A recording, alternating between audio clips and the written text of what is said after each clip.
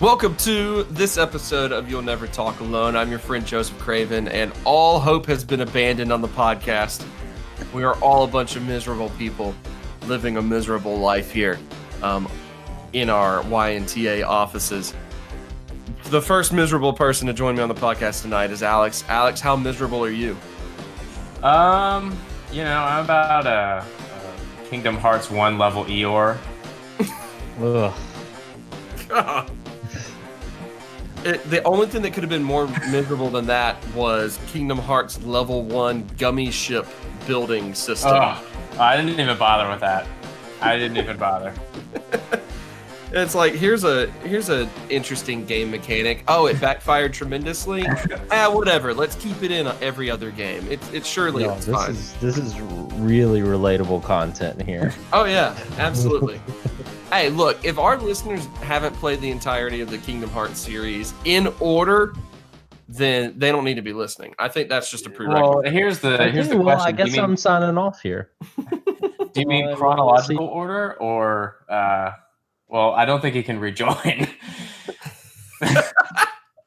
Andrew has left the podcast recording session. He is gone. Props to him for standing up to for his beliefs. To his beliefs. That's what I was about to say. It's a shame that we've lost Andrew on account of this. Oh no, Andrew's back. Hey Andrew. Don't worry. I'm not leaving forever. I just have to beat Kingdom Hearts. I just did it. Is it all right? Good.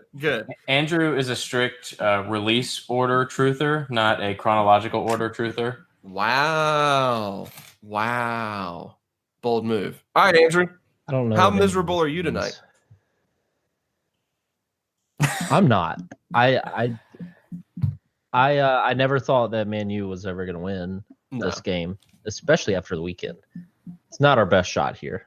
So I'm not miserable. Thought Man City would be up for it.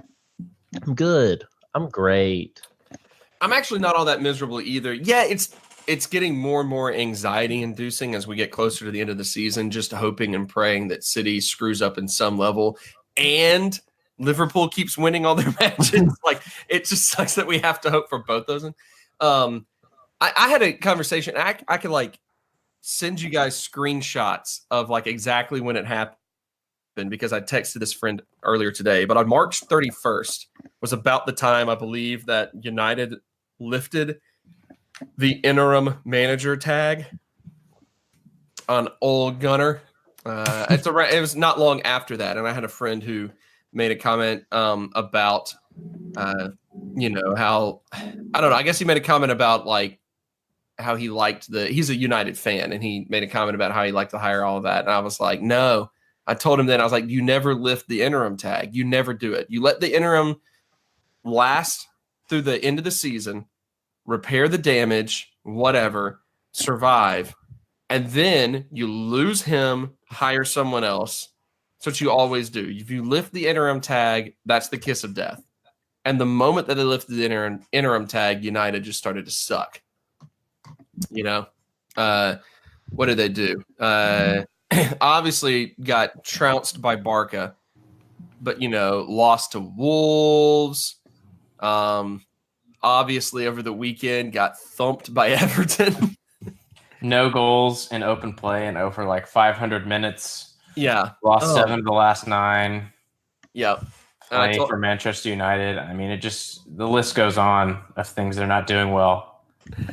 So I texted him before the match, before the Manchester derby. I texted him and I was like, so are you ready for the derby? And he was like, yeah, I don't know. I was like, well, what sort of result I'm hoping for. He said, well, don't get your hopes up.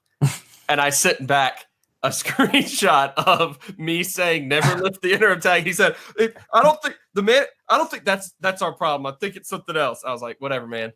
You can't admit that I'm right about it. But anyway, City, of course, that's the big talking point. They came prepared for the derby match against United.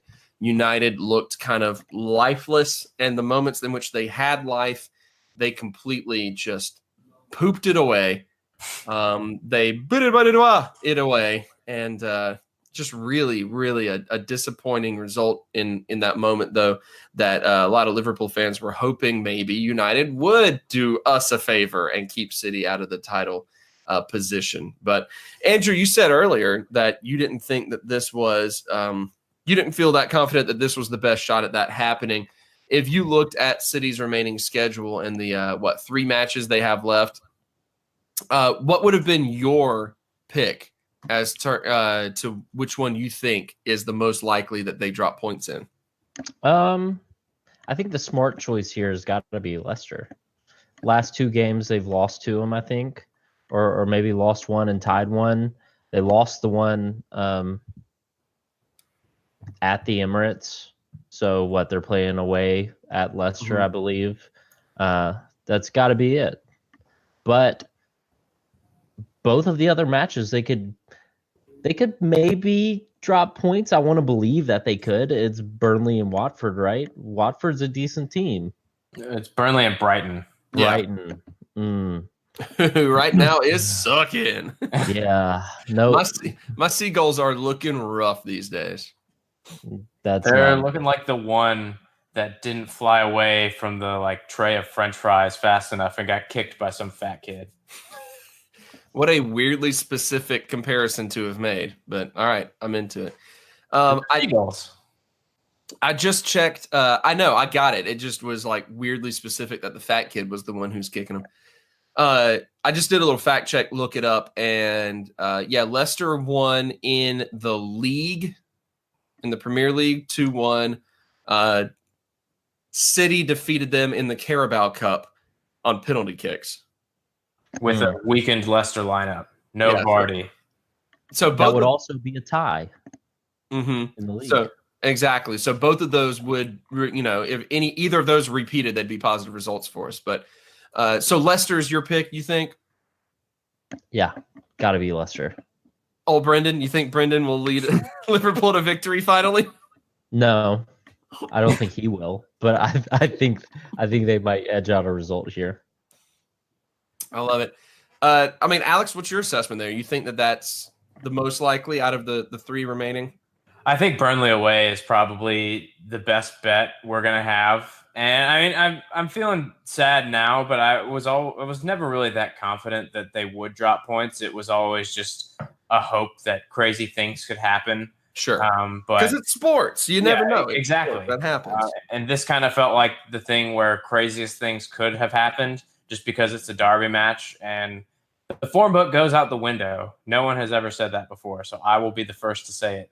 Wow. The form book goes out the window in a derby match, but it doesn't help when one of the teams involved in that derby match is just a pile of turds. Mm-hmm. So that did not help us. But as long as we keep the pressure on them, there's always the hope of something going wrong. All it takes is one mistake, one push of 11.78 millimeters across the line for someone else, and we get the point that we need. And we keep winning. If we can keep winning and we do well in the Champions League just to show, hey, we're really good at this game, maybe that pressure mounts on them and Pep starts to overthink things. Yeah, he's already lost out on the quadruple. No, he won the Community Shield, so the quadruple's still on. Oh, you're so right. The most prestigious of all the quadruple results. You got to think that, maybe the added pressure to prove the point there could mean something. Who knows? Talk about added pressure though, real quick. Can we just address how even in the moments that United did stuff well, how bad Jesse Lingard was? Is that the worst finishing attempt? He's just a boy. Yeah, he gave up on his chance 3 times, and the chances kept popping up in the same in 10 seconds maybe. And he gave up, tried to recover, messed it up 3 separate times. It's insane. Have you seen a worse attempt in recent memory that you can think of?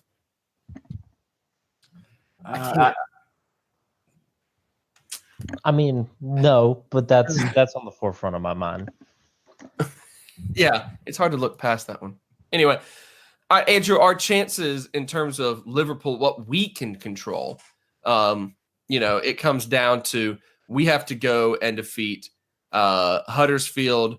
We have to finish things strong there at the end of the season with the matches left that we have, Huddersfield being obviously the very next one. The Champions League hanging in there as well. But let's focus on the Premier League at first. Huddersfield, Newcastle, Wolves. How confident would you be in Liverpool being able to secure all 9 points in those matches? I'm not super confident. I think we'll do it. Wolves, they gave, the top 6, they've got problems. Mm-hmm. They'll beat them. Beat Arsenal 3-1 today.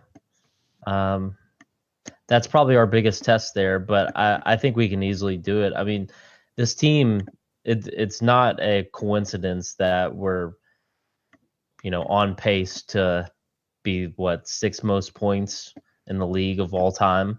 So 9 points between these 3 teams shouldn't be an issue. It's kind of funny how we're like almost on the verge of, if we win the Premier League, Man City slips, and win the Champions League, we're the best team in the world. Like there's no other way about that, winning the Premier League and the Champions League. But we could slip. We could lose 2 games in a row. These next 2 games are like tie the Premier League, lose Champions League, and it all goes away. Mm-hmm. Oh, God, why did you even have to mention that? Yeah, like we could theoretically not lose another game this season and end with 0 trophies. Oh no. Okay, let's look at that for just a quick second here. Let's look at how the Premier League has shaped up and the fact that Liverpool could be getting a historically good amount of points and still come in second. I mean, do you think that is? I know obviously the frustrations came down to that span of time in which there was the lead over City and there were a lot of draws, a lot of drop points. But at the end of the day, I mean, it seems just as likely that, I don't know, City doesn't lose 4 games. What's your take on I'm sticking with you on this one, Andrew, and then I want to get Alex's thoughts. But what's your take on, okay, I mean, is this just bad, unlucky for us that City's doing what they're doing? Or, I mean, do you really think that the responsibility fully lies on the fact that there was that span where, the team just kind of dropped some points? I mean, it's a little bit of both. It's unlucky in the way that, Premier League games can go either way. Some of those games maybe we should have won. Some of them, Man City maybe could have lost or tied some games. But at the same point, we knew it was going to take this. We thought that Man City could come out and, get 100 points again. Yeah. So we knew that we had to be at this level. So the fact that we are playing at this level and we could still come in second isn't a surprise to me.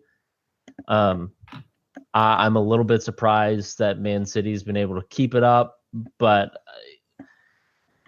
not too much. We knew we would have to, win almost every single game. It comes down to, too many draws. Same thing happened when we came in second in 2008. So we lost 2 games that year. We still came in second. Can't draw games. It's 2 points. You might as well lose. Yeah.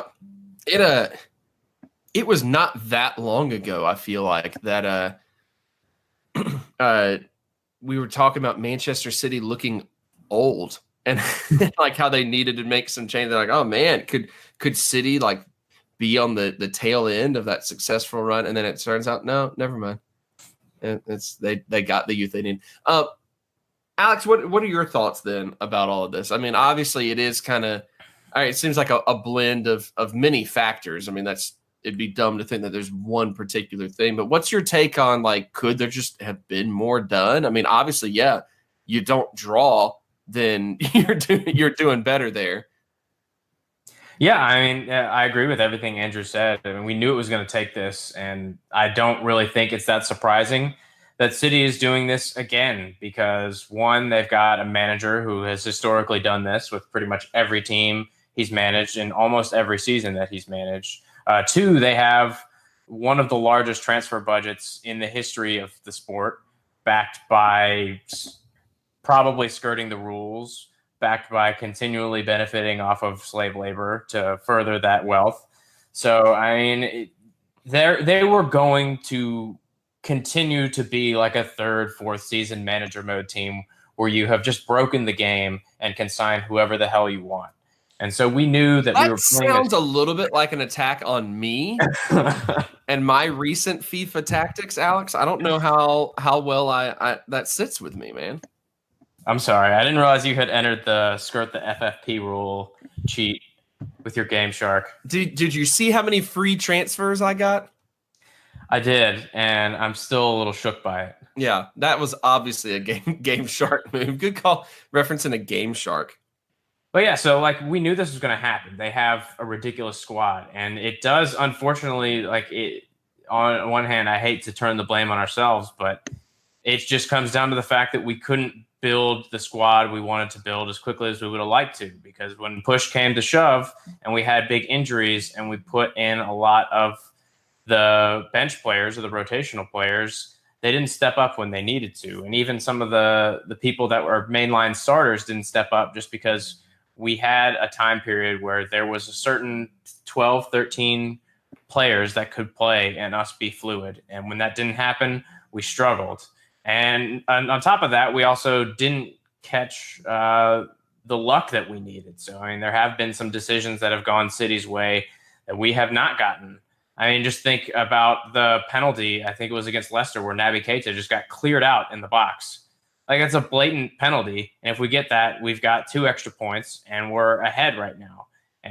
Or you think back to the Watford game where Sterling is miles offsides and scores, and Watford's resistance is broken because their game plan was so predicated on it staying 0-0. And when that broke, it was game over.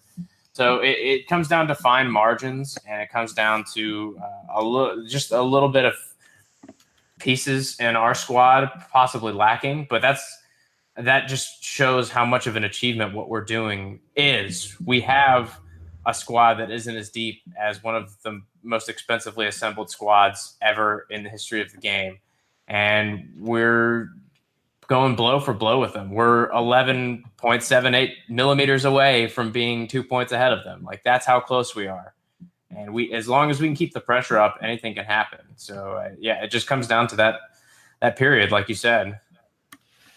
And I think that's the tricky part when it comes down to so much stuff in sports themselves. I mean, as I mentioned, there's so many factors. Yes, at any point in time, I don't know, Liverpool could have won one of those matches that was a draw, and that's points. At any point in time, City could have won one of those matches that was a loss for them, and that's a dramatic shift in the way things are going. It's just so many factors involved. It's hard to really say, oh, well, this one thing had been different. Sometimes that happens where it's like, okay, yes, one massive offsides call is not missed, and that changes things. Sure, but there's just too many factors involved in success in general to really try to say, oh yeah, oh my gosh, there's one thing that could have changed everything here.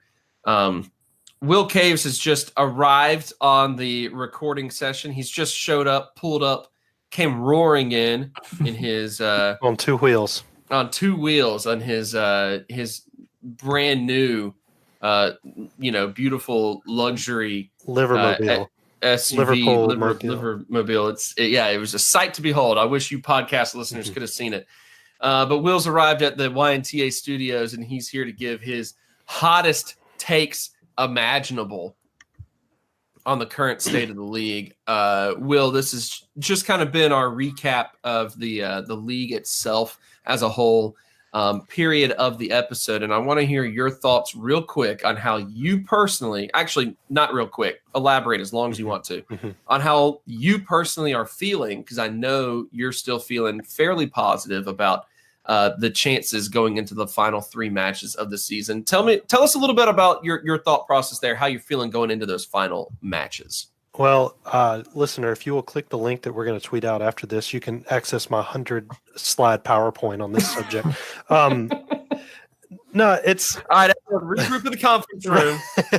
So, I don't know, man. Like, I kind of like I wanted. I'll speak specifically about today's result or non-result rather for United, and then kind of move forward. Make a joke about Jesse Lingard real quick.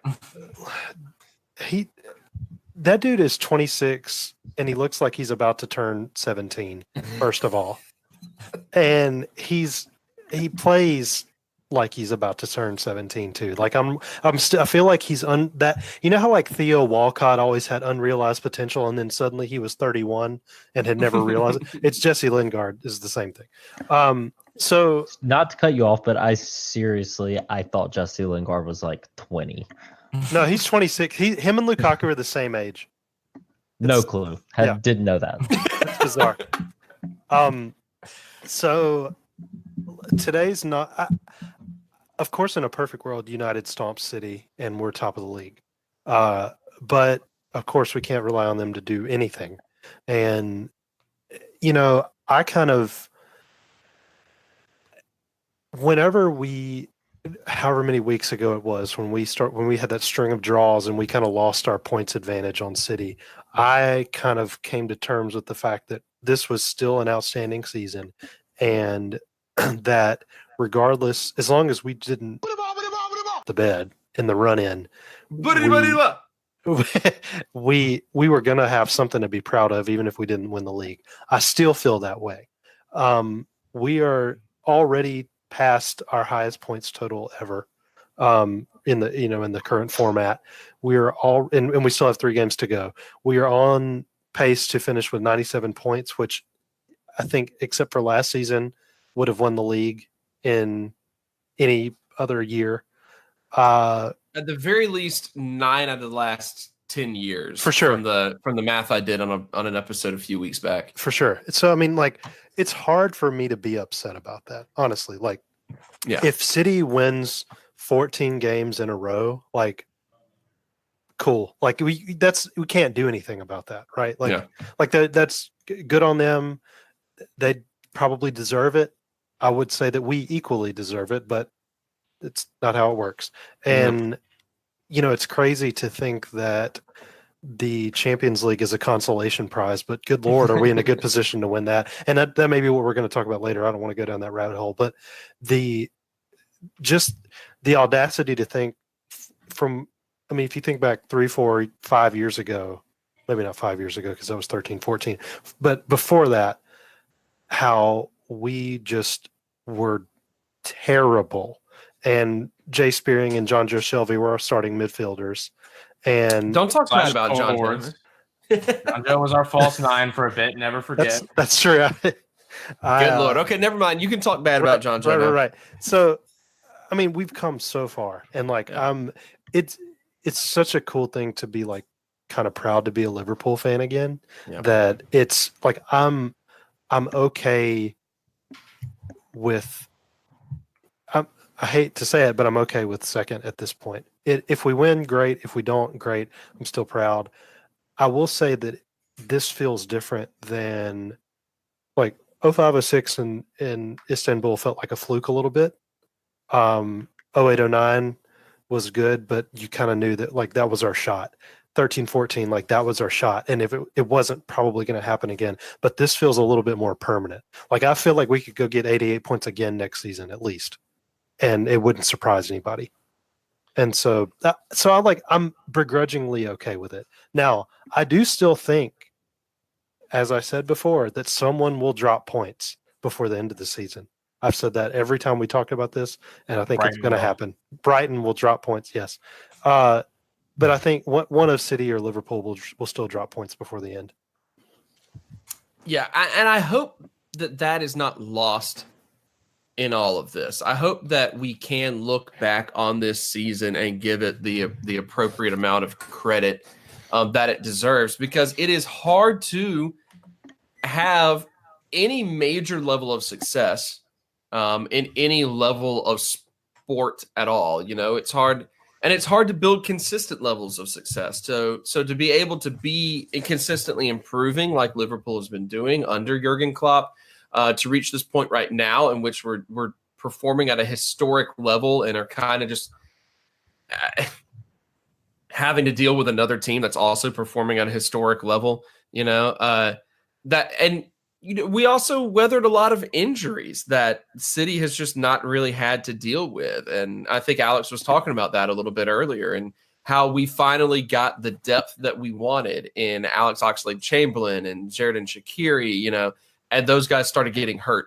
And so it just was kind of unlucky situations all in all. I hope that we can at some point in the future here be able to look back and give this season the credit that it deserves, because at the end of the day, not everything is about the title itself. That tends to be the ultimate measure of success, obviously. But there is success to be found even when the title itself is not in our hands, as frustrating as that may be. And I don't think that I'm going to be able to fully appreciate how good this season was as soon as the season's over. It's going to take me time. It's going to take me time for sure. To fill in, City have had injuries. Like Kevin De Bruyne has missed most of the season. Yeah, I was going to say that. That's true. But what they have is the wealth to have backups like Bernardo Silva and David Silva and Ilkay Gundogan. So when you can replace De Bruyne with David Silva, that's not really. Like it's incredible what we're doing. Yeah, the fact that is a sentence that we said, and we're competing with them. It's ridiculous, and that's what kind of makes it hurt so much more. Is that what we're doing is insane, and it might not be enough. Yeah. In the league. I mean, I'm all in on the Champions League as well, but just to have that happening, it's like I don't know. It's like you go down with your head held high because it's been so good and it's been so fun. There's been unforgettable moments. Like when that Salah goal went in versus Chelsea, I lost my shit. Yep. Like I'd smash my hand on my wall because it was such a good goal, and just like the pure emotion of that moment of we're going to do this, we're going to fight to the very end was incredible. But just it not being in our hands anymore hurts a little bit. It does. Well, and what's crazy? You talked about the Salah goal, but we have had so much junk go in our favor that normally wouldn't have gone. How many seasons have we gone where we're the ones that get the crap penalties called against us, and we're the ones that I think it was what's the center back name for Cardiff? Morrison, was that his name? That missed from 2 yards out on this header. That doesn't happen to Liverpool. That he scores that 9 times out of 10 against us any other season, but it just has to happen. And so there's little things like that are happening that would make you think that okay, it's written in the stars to an extent, but we just can't get rid of City, and it's just super annoying. I think you're right. I think it'll take some time to get over, but it just feels really good at the same time, even though I know it's probably increasingly that door is shutting more and more. It's frustrating because when you thought you would have a team that's playing this well, when you thought in the future thinking we're going to have a team that's competing under Klopp, we're going to be great year after year, you thought this has got to be it. You're scoring possibly 97 points in the league. This has got to be the year that you win it. And the fact that you're not, because there's another team, is just it's are we going to get over this hump? Are we going to get over this hurdle? Right. I kind of feel. And is it going to be if we do as much as we've done and it's still not enough? What could be the long-term effect on the team in that regard? You know what I mean? Could that be the team saying, "Oh, well, that was our chance, and we still couldn't quite do it. We can't replicate what we had done." I do think this is a team that can and will replicate these sort of results because Klopp has built the team he wants, the style that he wants to play with the personnel that he wants, and we can only buy more depth players and better depth players to build on that from here on out. But you do have to wonder a little bit about that and say, hey, I don't know, what is the long-term result of, close but no cigar? There is kind of that fear lingering in the back of the mind just a little bit. And in recent history, I guess, relatively recent, there's been teams that have been in similar positions to us that have also fallen short and not fully bounced back from that.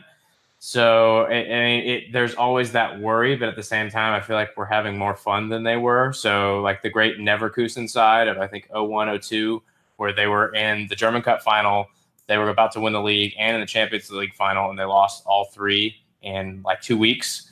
Or like Benfica, what was it, a couple years ago, where it's a similar situation, but in the Europa League final, lost all those in a span of 2 weeks. And they're not really back to where they were at that level since then. I mean, this feels completely different, but there is that worry that something so crushing could really set everyone back emotionally. But lucky for us, we've been so emotionally scarred for the past 10, 15 years that we're ready for it.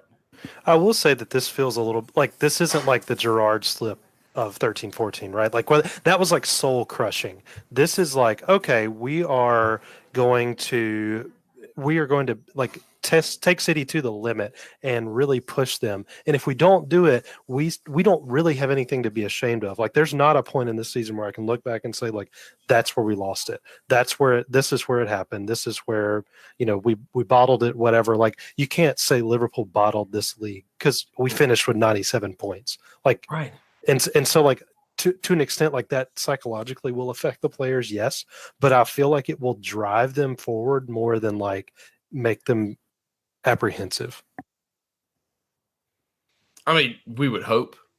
We would hope, yeah. I mean, we would hope for sure. I mean, I will say that like if you finish second on this kind of season, like what is the owner's reaction? Because I think that'll tell a lot as well. Like, does Henry go out and buy Messi in the summer? Like how bad does he want it?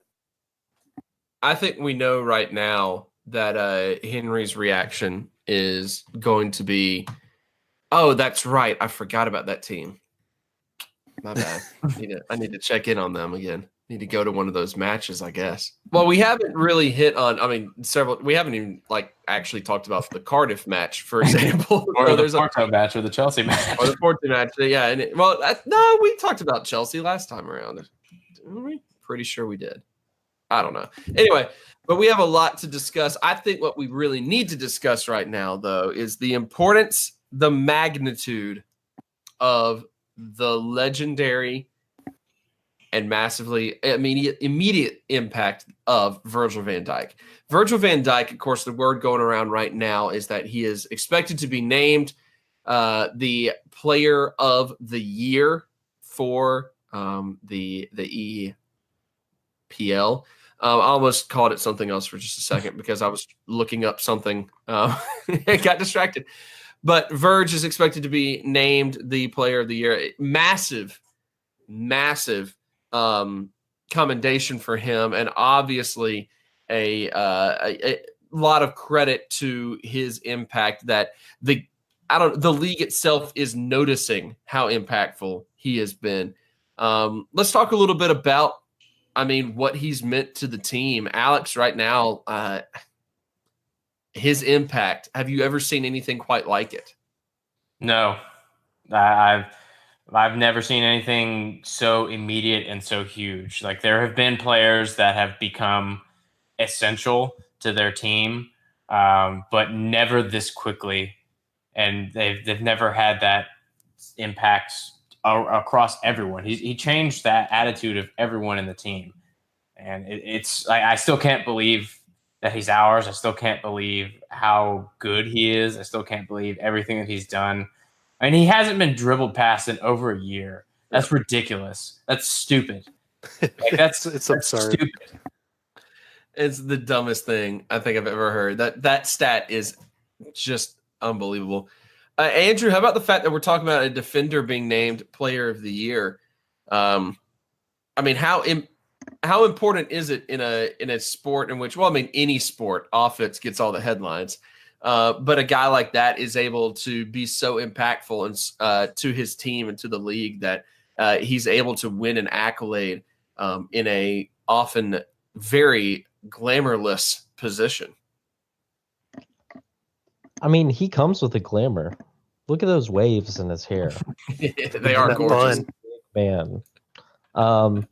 No, but for real, it's incredible to see a defender win it. It's happened before, so it's not like the only time. Didn't John Terry win it a couple years ago? Yeah, this isn't the Heisman Trophy. It's not just it's not a joke of an it's not a joke of an award. It's not Yeah. But the impact was insane. Do you remember how many goals we were letting up under 400 per game? Yeah, and then we were still giving up almost as many goals under Klopp for a little bit there, and then Verge comes in and he is a tower. He just doesn't do anything wrong. The one time he has done anything wrong, they didn't score. I mean, he did have that bad pass back, and it was fine. So let's act like he hasn't done anything wrong since he joined. As far as I'm concerned, he hasn't. I refuse to recall the moment that you are talking about right now. It's gone. I don't remember it. Don't remember it all. Will, this would be if the rumors are to be believed, and it looks like every major news outlet in England is reporting this news. But this would be a back-to-back year that a Liverpool player wins this award, with Mohamed Salah winning last year as well. You were talking about the continual success of the team, the franchise being, not like repairing damage anymore. We are a consistently successful team right now. How important is it to have these individual accolades as well, even if maybe second place is the best that they accomplished this year? How important are these individual accolades in the legacy of how this team will be remembered? Well, I think, this just kind of cements the sentiment that everybody else already feels. Like Sterling, there are other players in the league that have had stellar years, right? Like in any other season, Sterling probably would win. Bernardo Silva probably would win. Maybe even Mo again, if he repeats as the Golden Boot winner, maybe would win again. There are other players that are just as deserving. But this really cements Van Dijk's legacy. He's not when we bought him for $75 million, everybody's like, "Oh, what the heck is going on? Like, what is this? This is absurd." And I feel like we may be paid 30% of what he's actually worth. Like, it seems like a steal at this point, which sounds crazy for that amount. But like, I would pay, if you knew that he was this good, like $120 million is not too much money. $150 million maybe even isn't too much money for the impact that he's had. I mean, we went from a laughing stock to an ironclad defense, and really overnight. The addition of Allison was the cherry on top, rather than the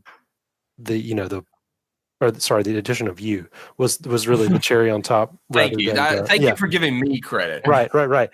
Well, that was good, but Van Dijk is the key to it all. And the fact that he's missed like one game due to injury or something. Like, he's never injured. He's never, he doesn't get cards. He's not like a dirty Ramos player. He just is. He is utterly deserving of this. And I think when we look back on this season, it's really easy to forget who comes into second place, but we'll remember, the people that got us here. And he's one of the main reasons that we're even in the conversation. I really do hope that that history is as kind to this team as it should be if second place is where they end up, because it could be very, very easy for second place non-champions to kind of get overlooked 10, 15 years from now. And I really hope that this team does not get overlooked. I know Liverpool fans will hold on to them for sure. But I'm hoping that the league as a whole, that history, when we look back on it, will be as kind as it needs to be. Let's go ahead. I feel like we can kind of forego, because we talked about a lot of the big picture stuff. We can kind of forego some of the details of the past few matches that maybe have not been covered on a podcast so far. In particular, the Cardiff match that just happened was maybe pretty clinical in a lot of ways. It was, and then we got to see James Milner. Andrew, talk about James Milner real quick and his penalty scoring. I mean, once again, it's just what he does. He's automatic. Talk about that penalty and his celebration. I want to hear your thoughts on your man JM7. I don't just want to talk about the penalty and the celebration. I'll start with the penalty and celebration. Okay, fair enough. My bad. So, of course, he scores a penalty. Like, that's a given. Has he ever missed one in his entire life ever? No. The celebration, it was fun. It was classic Milner humor. It was, just being an old guy into normal white stuff. That's his thing, and it's great. Now, let's talk about Milner coming on. Well, first, Fabinho comes off, right? Good move by the team. Could have had a concussion. Who knows? Let's not even take a chance. Let's put on the best player in the world. Bring in JM7. Everything changed. Everything changed. Completely different team, scoring goals, doing celebrations, getting penalties. It was just amazing. Have you ever seen, I mean, we just raved for a while about Virgil van Dijk, but have you ever seen a more impactful player than JM7? No. Comes off the bench. He starts games. He just having him he does around. What he wants. He does whatever he wants at this point. This team is his and his alone. Why not? Why not? It's unbelievable. All right. All that being said, I mean, it's another victory in the league. As of right now, the last 5 matches, including the 2 Champions League matches, which is what you always see whenever you look at a team's form and all that nonsense. All victories for Liverpool, all defeats for Huddersfield. They are coming off of a 2-1 loss to Watford, 4-0 to Tottenham, 4-1 to Leicester, 2-0 to Palace, and 4-3 loss to the worst team to have ever existed, West Ham United. Huddersfield right now is trash. They're at the bottom of the barrel, and they are Liverpool's next opponent. All right, do you have any nerves about this one, Alex? Do you have any fear about this being a match that gets overlooked because Liverpool's too focused on Barca or Newcastle or whatever may be going on? No, they suck. Our players are up for it. We're going to crush them. I like that. Quick, succinct, like to the point. I love it. Well done. Gold star for that one, Alex. Yes. Gold star tonight. I mean, along with that, yeah, Barca is the next match afterwards coming up on May 1st. We may or may not be able to sit down and have a recording session between now and then, so we want to touch on that as well. Will that matchup, Barcelona and Liverpool, 2 of the biggest brands in the sport, 2 worldwide clubs that get followed by millions all across the globe. That's going to surely be a massive ratings draw. But let's talk about the football itself that we will end up seeing in that match. Do you think that Liverpool and Barcelona is, or do you think that Barcelona is a good matchup for Liverpool? Do you think that Liverpool can handle what many people often consider to be, oh my gosh, Barcelona, they've got to be the best club in the world because of like what they did for several years and not necessarily do right now? Barcelona is kind of weak at the back, I feel. I haven't watched them a ton this season, but you don't really hear about, like, ever since Puyol retired a few years back, I feel like they've kind of struggled to replace their defensive presence. Ter Stegen is great, but there's nothing like Liverpool in La Liga. There's nothing like Liverpool in the Champions League that they've played. I think Virgil will continue to not get dribbled past by Messi and co.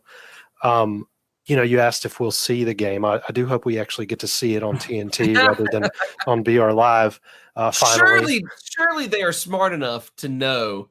I don't know. Actually, it might be good from a marketing standpoint to put it on the obscure BR Live and force people, because they know people are going to want to watch, force people to pay the money to do that. That might be what they do. Well, I look forward to pirating it. Oh, absolutely. But in any case, maybe this sounds overconfident, but because we're pushing so hard in the league, like I haven't given much mental energy to the Champions League.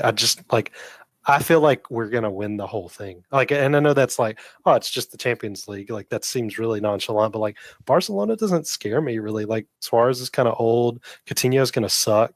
Hendo's gonna aggro elbow Coutinho really early on, and it's gonna be great. I texted this to everybody the other day, but I love when like one player gets booed by the home fans, and Coutinho is going to get roasted, it's gonna be fantastic. I don't know. I just like, other than Messi, Suarez, like I know Dembele's good. I think, is he hurt again? He's been hurt, and he's fine. Like Coutinho play, like they're good. Like certainly can't take anything away from them. They're this far in the Champions League for a reason. But like, I don't know. I feel like we're too much for anybody right now. I feel like they can't handle our front six. I like your optimism. There's a part of seeing the Barcelona name up there that I feel like can be a little bit intimidating just because of what they have been in recent memory. But right now, I mean, why not consider Liverpool in the same discussions in terms of being in I think they are. Yeah. I mean, I think they are. This team, like, I mean, I'm trying to think if there was anybody on the team that didn't play.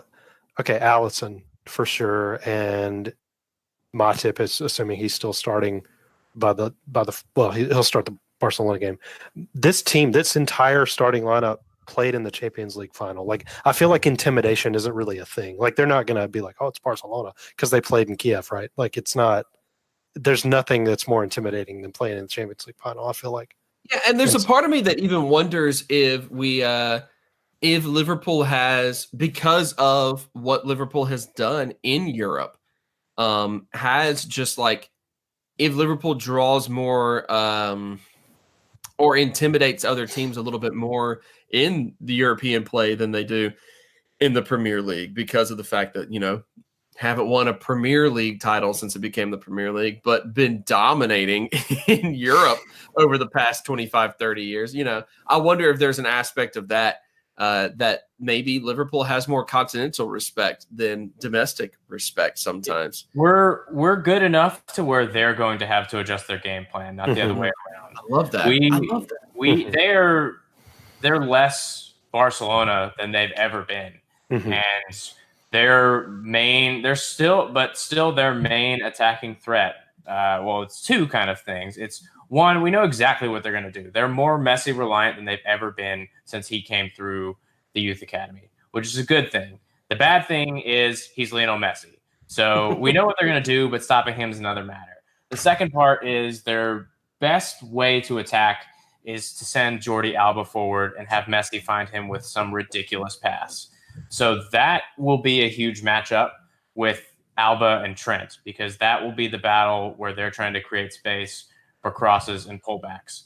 That being said, Mohamed Salah is good enough to where, yes, Jordi Alba is fast, but Mohamed Salah is faster. And you can't keep giving Salah space, especially when they've been missing their first choice partner with Piqué, Samuel Umtiti, for a while with injury. They've got Clement Longley back there, who is good. He scored this weekend, but he's not as good as Umtiti, and he's definitely not as good as someone like Puyol. So they don't want to have a 3-on-3 matchup. I'm so glad you said Longley. I'm so glad you said Longley out loud, because I was straight up about to call him Linglet. Linglet? Yeah. Sorry. Go ahead. How old is PK at this point? I think he is 32. Okay. All right. I always want to say, right. He has the opposite Lingard effect, in which I always want to assume that PK is like 48 years old. And I do want to say, I'm so glad that we're having a chance to mention Puyol as often as we are, because my goodness, that man was something else to watch. He was great. Oh my gosh. Like, I just don't remember. What a unique player in so many different facets. Like, we could structure an entire like secondary, like off topic episode, I think, entirely upon him. and like unique players like him. I think we need to do that at some point. For sure. And in addition to that, like they're not going to be able to play Sergio Roberto at right back like they like to do, who has that Barca DNA, who likes to combine, who likes to get forward. They'll have to play the more defensively minded Semedo, I think, to counter for Mane, because just as much as Salah is a threat on the right is Mane on the left, which is amazing. I would say more right now. I think in the Champions League especially. Yeah, absolutely. Plus, I mean, Sergio Busquets has not been as crisp as he was back in the day. He's been left out in the sun a little too long. It's getting a little squishy. So, I mean, full unleashed Naby could absolutely destroy him, I think. Sure. Full unleashed Hendo too. And that, full unleashed Hendo as well. But one of those two on him and around him, like he's a great player, perhaps one of the best ever in that role, but he's not what he was, and he's in for a rude awakening with the type of pressure he's going to face. Because you're right, there is no one in La Liga like Liverpool. There are good teams. There are teams that will work hard, but not with the same intensity and not with the same caliber of player in the same role. So I like our matchups. I mean, they have classy operators, but we have just as classy operators in a lot of positions. So we have nothing to be scared of. Do we play away or at home first? I believe we play away first, but I want to confirm that. I'm trying to look it up, but that is there it is. Yes, it is away first. Yeah. It's always, that's the one thing. Look, we got to give a little bit of credit to the greatest soccer website in the world, ESPNFC.com. Our sponsor on the podcast, who we always go to for all statistics. They have actually gotten a little bit easier to navigate over the years than when we first started this podcast. However, they still refuse to list in a clear place on the webpage where a match is being held. They will give the date, they'll give the time, they'll give like the current form of the two teams. They give all the top scores, most assists. They have the Premier League table off to the side, head-to-head record, all this. You have to scroll all the way down to the bottom just to find venue written like in like subtext off to the side. It's terrible. So anyway, yeah, it's away first. How does that make y'all feel? I like it. I love it. I love everything about it. First. I love ESPN FC. Oh, you meant away first. My bad. I really don't like. Ever since we went to Bayern and just like owned them at the Allianz, like that was really the stamp that we put on the Champions League this season. I feel like, and it kind of went understated, but we destroyed them at the Allianz, and I feel like home or away doesn't really matter at this point, except to Genie. That's true. Who might not be starting in that match anyway. Mm-hmm. And I mean, I'm partial to playing home second, especially with the run-in we have in terms of the league. And when that match would fall, when the home leg would fall, it could very, very well be just a fervor of Anfield for those last 2-3 weeks that we need. Like just seeing that could be immensely intimidating to Barcelona. I mean, they don't ever deal with away fans because they stick them up in the upper corner and give them like 2,000 seats at most. So let's give them an atmosphere. Agreed. Absolutely. The poop in their pants will show well in those pink and/or highlighter yellow jerseys they wear. Oh, man. Oh, gosh. That just reminded me. Gentlemen, we need to do a couple of crest exams. I think we need to do a couple of crest exams. We haven't done those in a while. We especially have not done one for Barcelona. Let's start with Huddersfield right now. Talk about that crest just a little bit. Of course, the Huddersfield crest is there's a classic English crest look. There just is. Like English crests tend to follow a particular like shield design. Let's not even get into Barcelona yet, but they got that typical shield design with like mirror images of some animals posing around what's probably a tower or whatever, and then a banner with a motto. Huddersfield's got that classic English shield logo let's talk about it just a little bit. Alex, I'll start with you. We'll run down the line. Of course, our rating system, because we haven't done this in several weeks, our rating system goes from crap crest to meh crest to best crest. Alex, what's your assessment of Huddersfield, first and foremost? So this is an interesting one because they've kind of changed it a little bit. They have their crest, which I think would be a meh crest because of the crappy clip art fade to black that's on the outer edge, which I think looks kind of dumb and ruins the crest. But this year with their jerseys, it's just been like a weird dog triangle. They haven't really included the crest on the kit, and it makes it look like it's not finished yet. It looks like a knockoff kit, and therefore I think their current crest on what they've been wearing is a crap crest. Interesting take. I would also add that the current stars on the crest, 3 stars at the top, also look very cheaply animated. It looks like bad. It looks like you plug it into one of those websites where like you put in somebody's face and they put it on an elf around Christmas time. It looks like it was generated by one of those. Andrew, what's your take on the Huddersfield crest? I want to really love it because it's got a little doggy on there. It's hard to. The current one, meh, because it's still got a dog. Now the old one was just a big. It was just a dog with a soccer ball. That's really cool.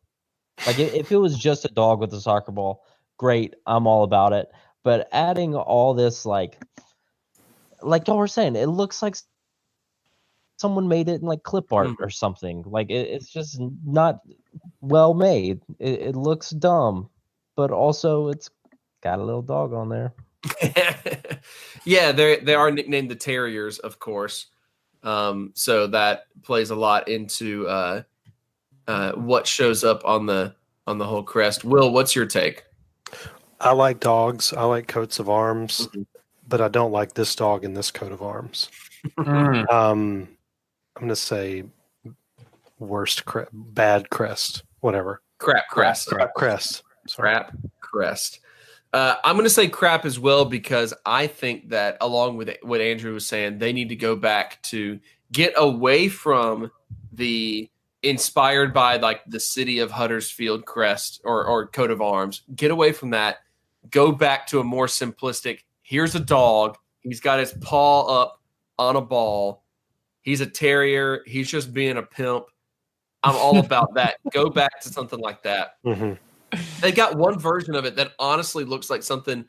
It looks like a take on like one of the Milan crests, but then with the dog with his paw resting on the ball. Go back to that. Make a more modern version of that and do that, Huddersfield. Trust me on this. I totally know what I'm saying when it comes to design. All right, how about Barca? Let's go ahead and just talk a little bit about it. Barcelona's crest. Another one of those classic English crests there in Barcelona.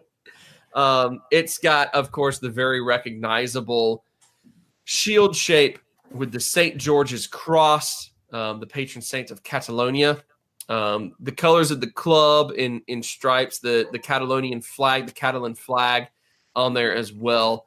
What's your rating on this one, Alex? It's absolutely a best crest. It's historic. It's got the meanings.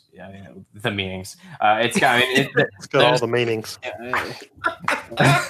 It's getting late. I'm running out of juice. But I mean, it's got this symbolism. It mixes Clash of Clans, meeting of the minds. But I will caveat that in saying. Did you just reference Clash of Clans, like the app game, the mobile? Yes.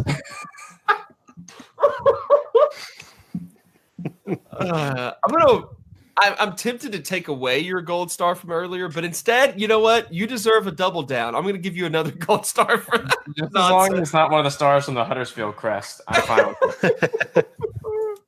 But I will caveat it in saying that it is a best crest, but it's also a crap crest because what they have become in the past few years is a disgrace to what they have been, and they don't deserve any rating of best. Wow. That turned real strong. What?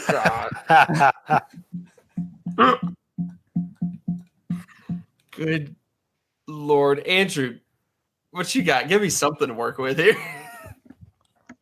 I'm going to go the extreme opposite. While I understand Alex's point, it's historic, whatever, it's boring as shit.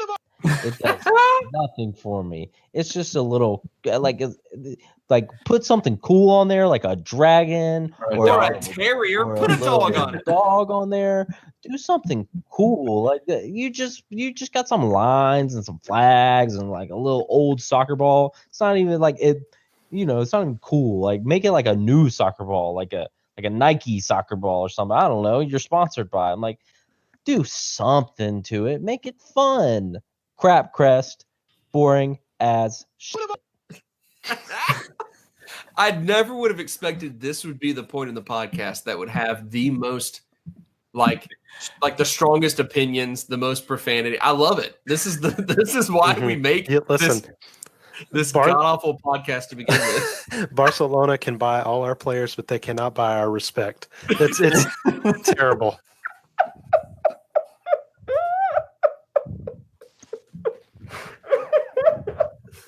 Oh, Will, I take it that's a crap crest for me. Crap crest. Worst crest. Worse than Huddersfield. But guys, it has all the meanings. You're not seeing those? I actually don't. For real, I don't like it. It's just kind of whatever. Like it doesn't fit the club stature at all to me. It's just kind of whatever. Yeah, it has been largely untouched since the 1910s. Yeah, when they finally secede from Spain, they need to leave that in Spain and get a new one. The major changes that have happened since the 1910s were the color of the soccer ball that are on it.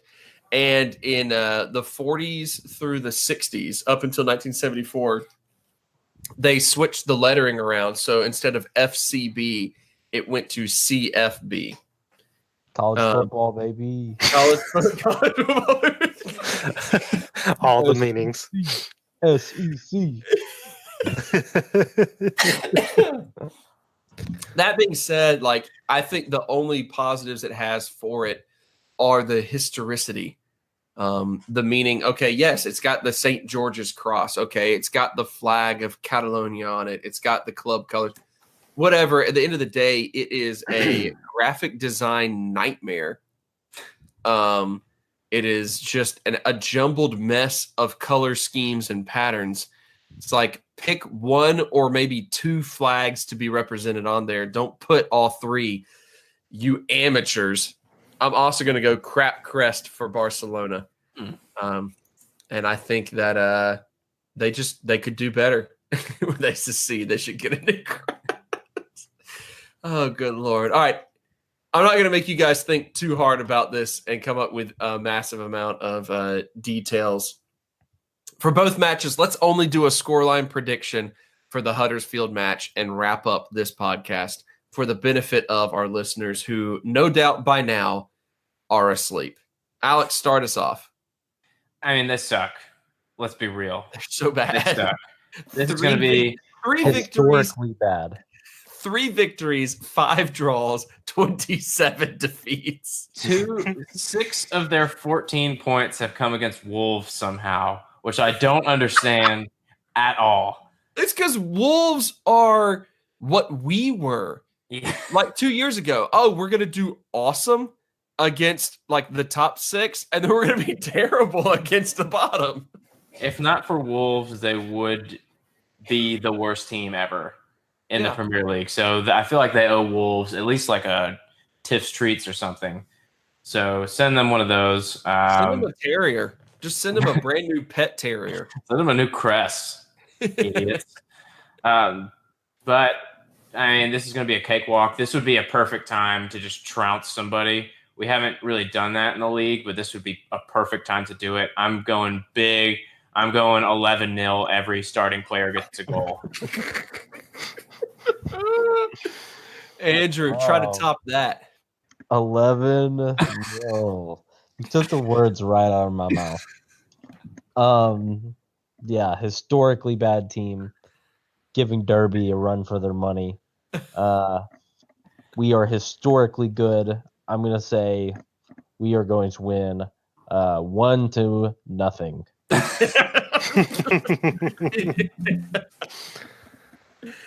We all know how this goes. Absolutely, we do. Will, what do you have?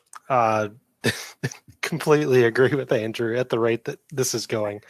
Just south, just like our podcast. What are you talking about? This is the greatest episode.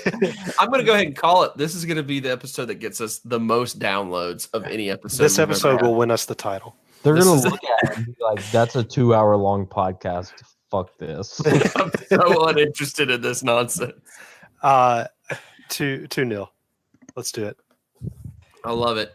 I'm gonna just follow the logical conclusion to Alex's train of thought. 33-0. Every starter gets a hat trick. That's it. It's gonna happen. Oh, this should be, by all accounts, a comfortable victory. So naturally, it'll be terrible. It'll be terrible, and it'll be won in the last 5 minutes of the match. That's just how these things are supposed to go. Woo! All right, that is it. We just went all across the board, but I'm not going to lie, gentlemen. I am glad that I went on this journey with the three of you. This has been You'll Never Talk Alone. I'm your friend, Joseph Craven. Alex, as always, thank you for being our resident scout/tactician. You're welcome.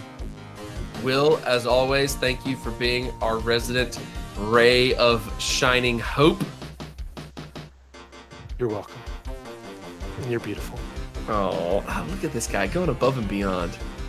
But you're not taking one of Alex's gold stars. Sorry, man. I'm all out. And Andrew, as always, thank you for signing us off of the podcast. Go ahead and do that right now. How do I do that? Is there a button I need to click somewhere?